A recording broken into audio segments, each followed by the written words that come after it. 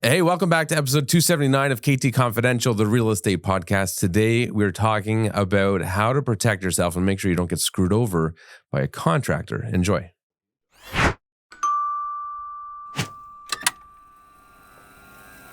Welcome back. How was your spring break?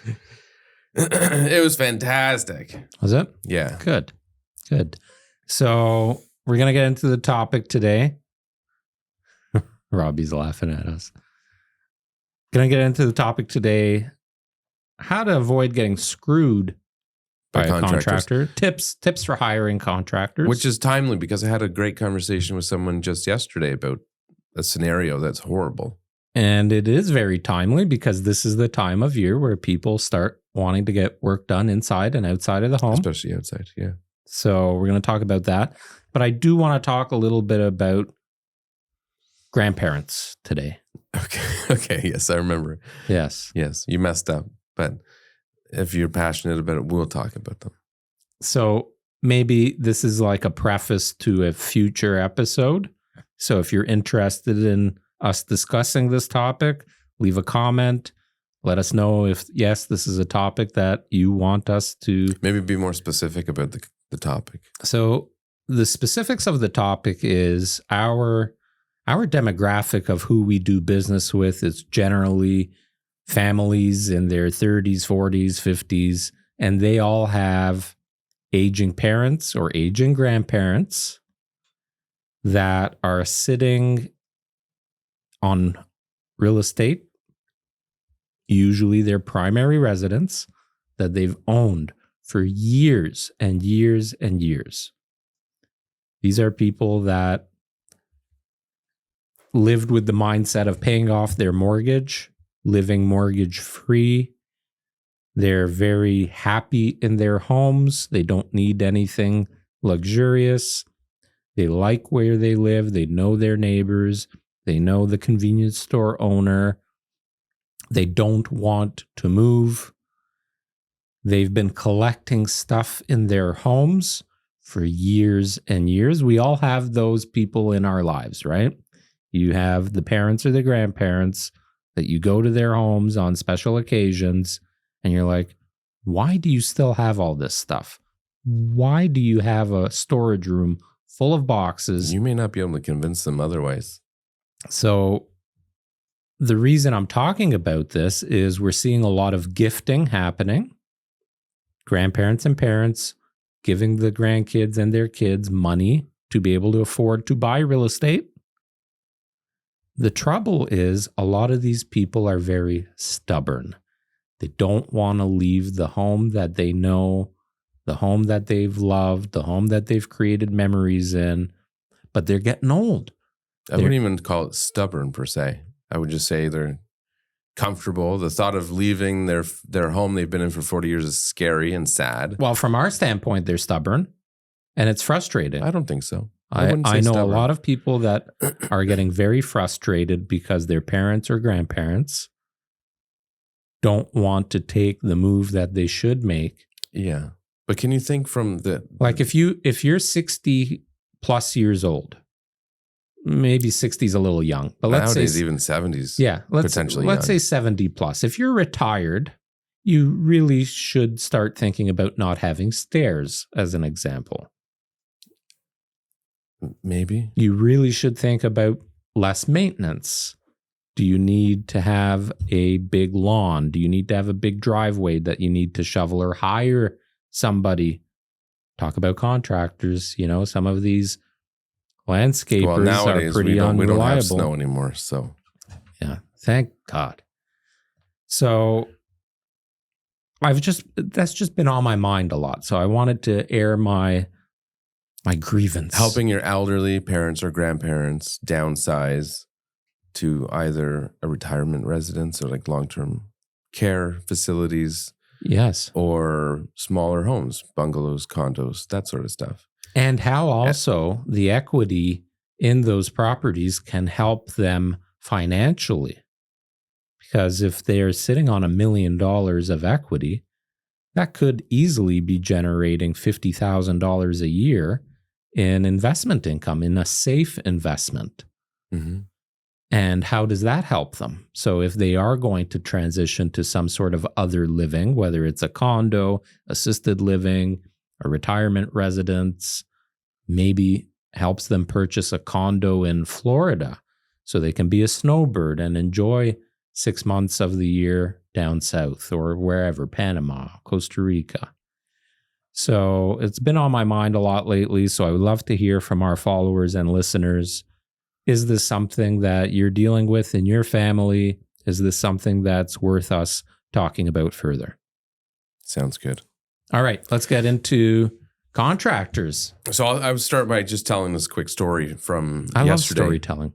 I was with a friend, Reading Rainbow. and he was telling me a story about someone he knows personally who they wanted to undertake a big renovation at their home. It was somewhere in the range of $300,000. And they hired a contractor who they didn't get scammed or anything, but the circumstances just didn't work in their favor.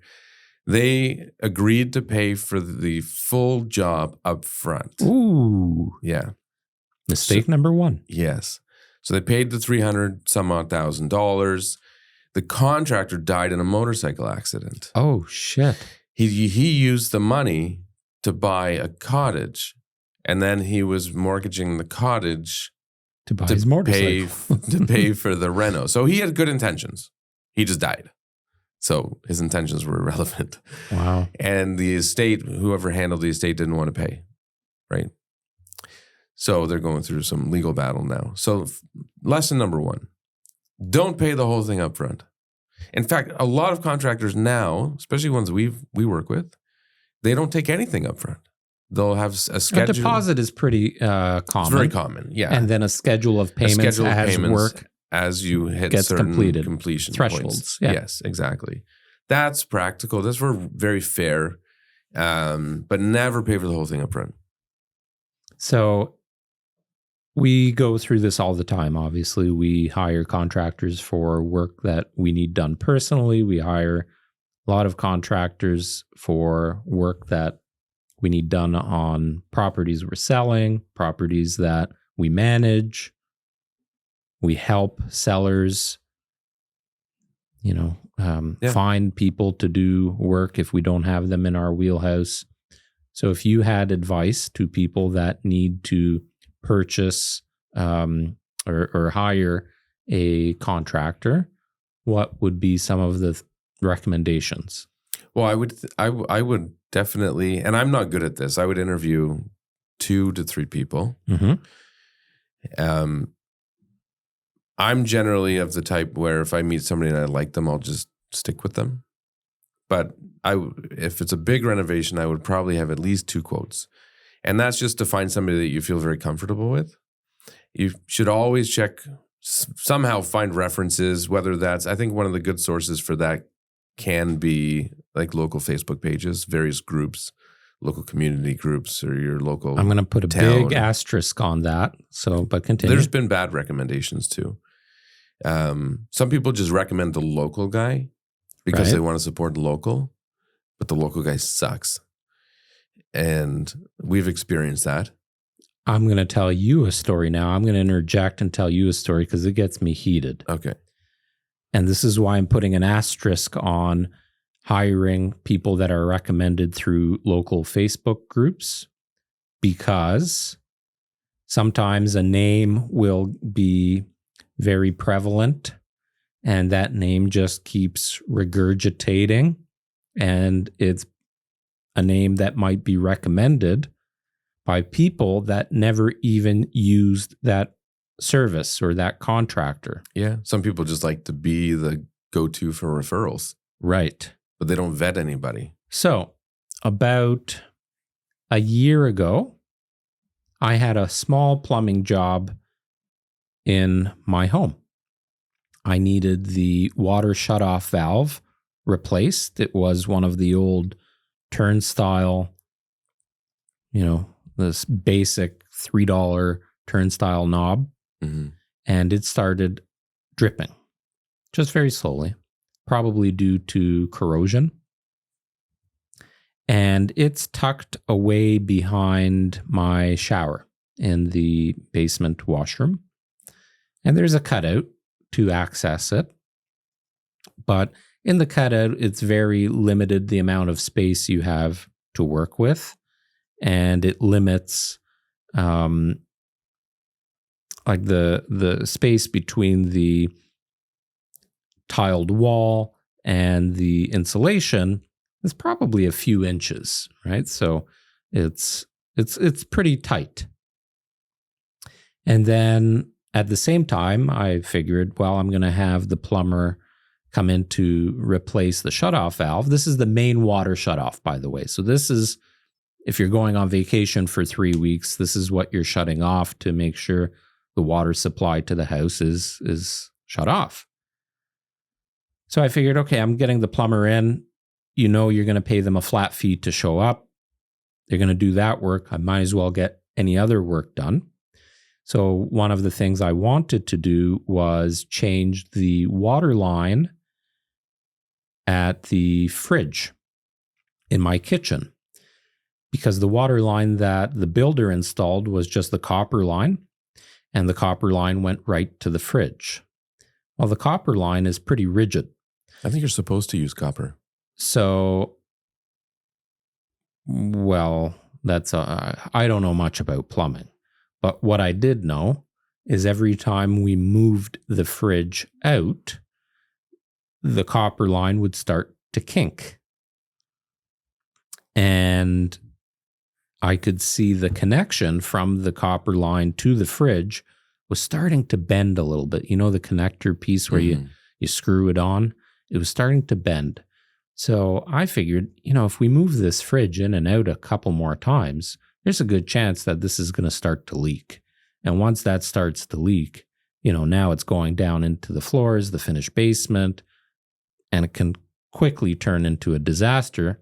So nip it in the bud and get that repaired somehow. Right.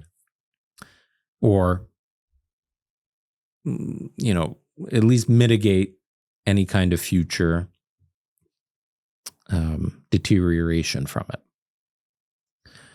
So I said, okay, this time, even though we have plumbers in our Rolodex, this time I'm going to reach out to the one guy that keeps on getting highly recommended by many people in this local Facebook group.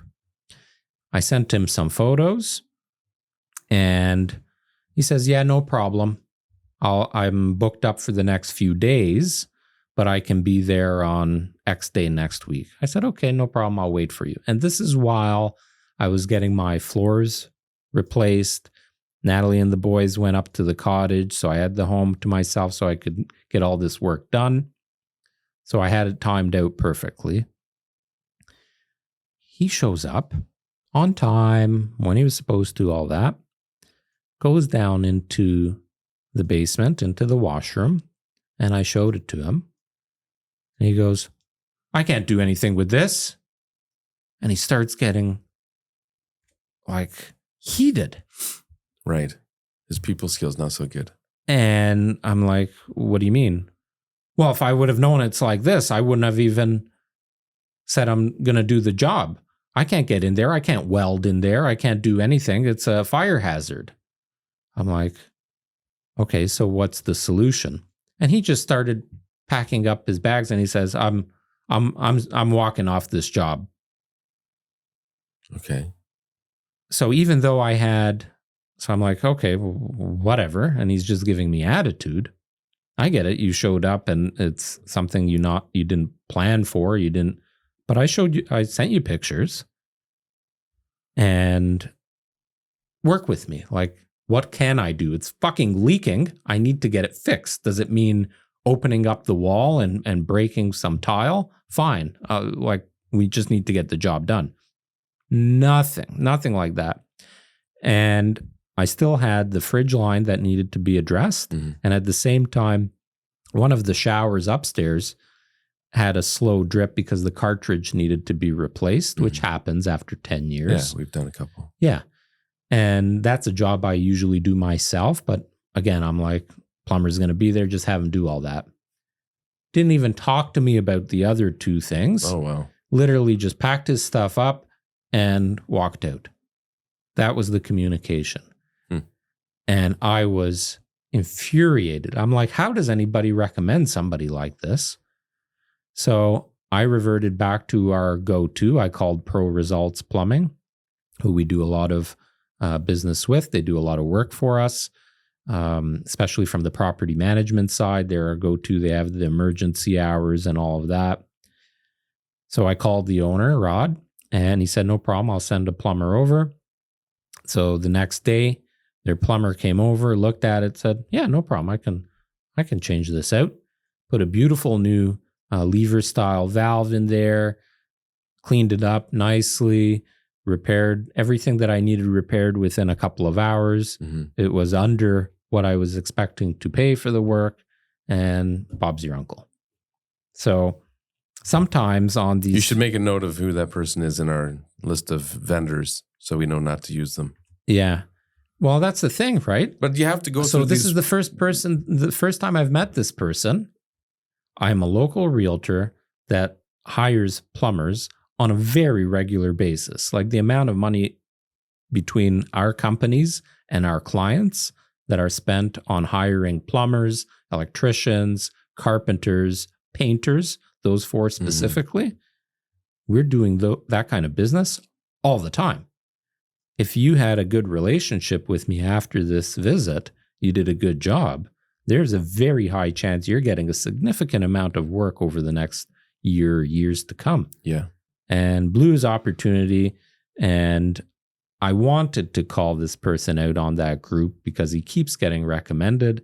And I said, I'm going to take the high road and just not use their service for anything. So you got to be careful because you don't know who is recommending. A lot of times friends and family members just go on and say, oh yeah, Adrian's great, blah, blah, blah, blah, blah. Just because he's maybe a nice guy or they hung out once or they were whatever. You never really know the story. Yeah.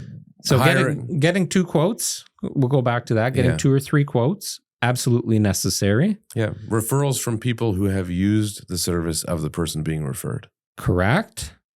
And even taking it a step further, going to view that work. So if you can. I mean, some of it's like, okay, there's a faucet. right. Like you can't, maybe carpentry. Yeah. If you want to get a big media entertainment system built, then maybe. If you're doing a $300,000 job. Yeah. Something big like that for sure.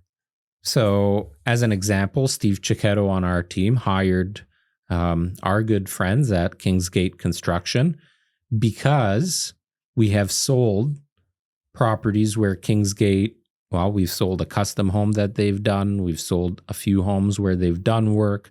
Some of our other clients have hired them to do work. And Steve saw the quality of craftsmanship, had them come over, and he was really impressed with their process, their style, their knowledge, and hired them for a big renovation at his home. And I've been to the home since, and it looks amazing. So, if you're out viewing properties or at friends' homes and you see something and it's really well constructed, it's really nice, ask them, who did they use? Are they happy? Would they recommend them? Was there any reason that they wouldn't hire them again? All of those things. Google reviews is a good place to start because the reviews... I feel like that's an industry where the reviews, like you'll get people being very honest. Yeah. Like if a plumber, you get shafted by a plumber, they're going to go on and talk about it. Right. So Google reviews, great place to start. I wouldn't put a whole lot of weight into these. I won't call out any names, but there are some celebrity contractors or high profile contractor names that have these programs that other contractors can sign up for. Qualified, certified, approved. Yeah, it's all bullshit. And they do a little bit of digging, and for every subcategory, it might be a little bit different too. So as an example, again, try not to call out any names here, but Pro Results, they are affiliated with a celebrity name, but for reason. Pro Results used to do work for that company during their celebrity days, I guess. So there was an affiliation there, but some of them you can simply sign up for and pay for monthly just to get a name associated to your company. So you have to be very careful. And there's a bunch of those kind of things out there. So I'm not calling anyone out specifically. What I'm saying is just because they have some kind of accreditation from somewhere, we or went through one of them and certification. got certified or whatever you want to call it. And we had that for a short period of time. But I was never a big fan of it because it wasn't really credible. It was like the qualifications. Do you have for insurance? Do you have a website? Do you have right a place of business that is in operation? Is there somebody picking up the phone? Right. It was like the most basic aspects of running a business. Yes. But you can have those in order and be horrible. Right. And that's the part that somebody needs to figure out how to qualify people for. But that's hard. Yes. Because that's an ongoing thing. That's like constantly monitoring things. Going back to Facebook, I see a lot of requests. I'm looking to have floors in place, floors installed, or whatever. I'm looking to have my home painted. Can you recommend somebody that will do a good job at a reasonable price? Or looking to get the cheapest X? And a lot of times these posts refer to the price. Well, let me just tell you something. You get what you pay for. And good contractors charge a good amount of money to do the work because they can, and they're worth it. Just like a realtor. If somebody can do the job tomorrow, I would be cautious. Well, not necessarily. Cautious. I didn't say don't hire them. I said I would be cautious. Some people, yes, I'll get it done for you tomorrow. If it's a quick job or whatever, they're trying to excel at customer service and get a glowing review. Oh yeah, he showed up the next day, got the job done beautifully. Amazing. But if you're taking on a $300,000 renovation and they say, I can start next week, why aren't you booked up next week? Well, people who cancel. We've had that. I've had painters say, hey, my next week That's why I'm saying be cautious. Yes. Just be cautious. The other thing is if somebody is willing to discount the work or do it for substantially less, be cautious. There may be a reason. So with everything, have your red flags up. Be cautious at all stages. Always go with your gut. If you say, something's not right here, something's not right there, generally speaking. So, and when you find a good contractor, hold on to them. Yeah. And then make sure you're leaving them that Google review because that's how they may get future business and stay in business. And give good referrals. We don't use those programs often, but there's I can't even think of the name of them. There's an app where if you need something, it's basically like an Uber for contractors and it'll send the job out. Jiffy. Jiffy, yeah. We've used that before, I think. Yes.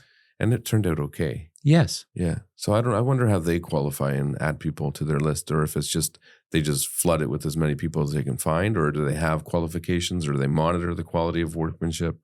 That would be interesting to know because that's handy. Maybe we should have somebody from Jiffy on the podcast or chime in. All right, there you go. I don't think they do that with realtors on their app. No, I think it's all trade related. Trade related. Yeah. Yeah, but we did have to use that app and it worked very well for Renty, the property management company. Yeah. And it was out in Kitchener. So somewhere we didn't have that specific trade readily available. And Tiffany hopped on and secured somebody and it turned out real well. It did. So just be cautious, go through the motions, get multiple quotes, especially if you're doing the bigger jobs. Not talking the small plumbing job and things like that, because, how much time do you really want to invest in a $200-$300 job. Yeah. Well, another tip is to ask people like us. Right. And that we other people that you trust. Yeah. So we're big advocates of trying to be, the go-to for our clients for anything home related, community related, because we're so immersed in it. And how many times over the last 13, 14 years where somebody has been on our preferred vendor list and we've removed them because of either poor service, poor craftsmanship, poor quality. It doesn't happen often. No. But as soon as something goes wrong, that person needs to be able to address it properly, have a good satisfaction from their client, from our client. And if that doesn't happen, they're gone. Yeah. And then we go through quite the vetting process to make sure that whoever is going back on that vendor supplier list, that they are going to do a good job. And we've been pretty consistent with plumber, electrician, contractors in general. Sometimes we'll venture out because we always need to add to the list, especially geographically as we get into further areas that we're servicing. We'll need to explore and meet new people. For sure. So, but yeah, real estate agents are a great source for referrals. And everybody has that friend who's super analytical, researches till the end of time. Yes, we all know that person in our lives. Yeah. Adrian. No. I'm not that way when it comes to hiring people, though. I'm pretty quick to do that. When I'm buying a product, I do that. Yeah. Maybe you should switch your modus operandi. Perhaps. There was something else I was going to mention, and now it slipped my mind. I think that summarizes it, basically. Yeah. Get referrals from reliable sources. Trust your gut. And if you are a contractor or a service provider that could benefit us in our business, and we've never done business before, and you'd like to have that opportunity, send us a DM. We'd love to chat because that's how we network and grow our vendor and supplier lists. Yeah, and we'll always give people a chance. For sure. There was an HVAC company that had reached out to us to try to network with us and build a relationship. So we gave them an opportunity, and they ended up coming back with the most ridiculous price. So we got a second quote from somebody else that we'd used before, and it was at least half the price. Yeah. So, you live and you learn, you try things, and sometimes it works, sometimes it doesn't. Yeah, sometimes you have to have those life experiences and go through the motions, but again, be cautious, do your due diligence, don't rush into it, and follow your gut. There you have it. We'll see you next week. Ciao. There you have it. Thanks for watching or listening to episode 279, and hopefully this information saves you from getting screwed over by a contractor for your next renovation.